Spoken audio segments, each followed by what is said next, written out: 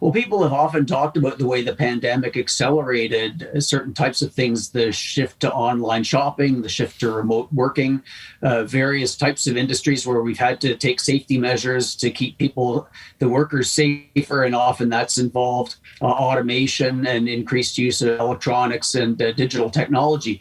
And those things are all true, but what's very striking when you compare Canada to the United States, where we've got some of the more comparable numbers, is that we just don't seem to be doing it to anything like the same extent in Canada. Now, it may be that some of the services that Canadian companies are using are, cloud-based services. Maybe they're buying that, which is a sensible thing to do with the investment happening elsewhere. But in general, you have to worry. I mean, it's very difficult to innovate. It's very difficult to have cutting-edge technologies. It's very difficult to have those high-paying jobs and a brighter future for our children if we're just not getting that new capital in place. And one of the very strange things is it's not just that we're not keeping pace with the United States and other countries, which would be concerning enough, but when you look at the stock of our investments in these things over the last 5 years, it's been going down per person. So we really ought to be thinking more about economic growth and how to turn that around.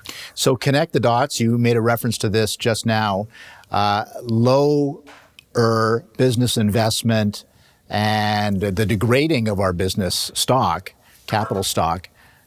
Connect that to jobs, connect that to our ability to pay for great government services, these kinds of things for our audience. Connect that.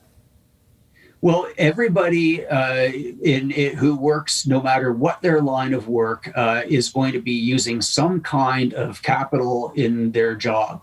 People use computers, people use vehicles, people need places to work, buildings, warehouses, whatever it is. And so when we're tracking business investment, what we're trying to do is to see, what is the total stock of capital that's available to each Canadian worker? And the more you have to work with, the more productive you're going to be. And if you track over time what has accounted for Canadian living standards, for increasing Canadian living standards, pure productivity growth, just getting better at using every hour of work that we put in and every dollar of capital investment that we put in, that helps. But a lot of it has been the result of adding capital.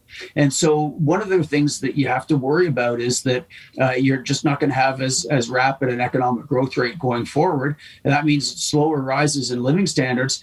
And right now, there's a particular concern. A lot of people are looking at these huge deficits that governments are running up, and they're saying, well, it's okay because the interest rate they can borrow at is lower than the rate of economic growth. Well, yes, that is true right now. But you better, two things have to be true for that to be the case in the future. Interest rates have to stay low and economic growth has to pick up. And if economic growth doesn't pick up, then those debt dynamics that people aren't concerned about right now could come back to bite us.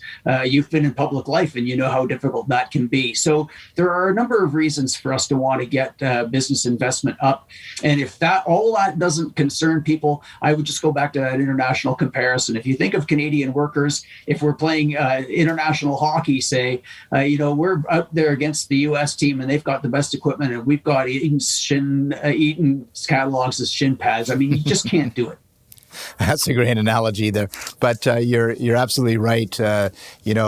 These have such a direct impact on the future of Canadians' well-being.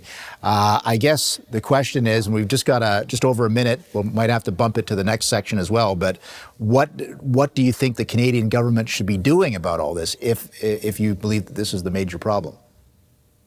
Well, I guess I would start with the fear that a lot of people have that there are going to be tax increases.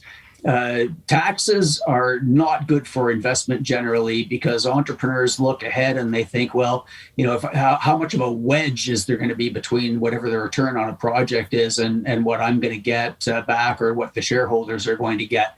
The U.S. used to have a big tax disadvantage over us, offset by their big market, but they've done a lot to improve their tax competitiveness. Mm-hmm. So one of the most straightforward things I think we should be looking at in Canada is how big the tax burden is and alleviating some of the fears that you keep hearing about that when we come out of this pandemic with all this debt, the taxes are going to go up.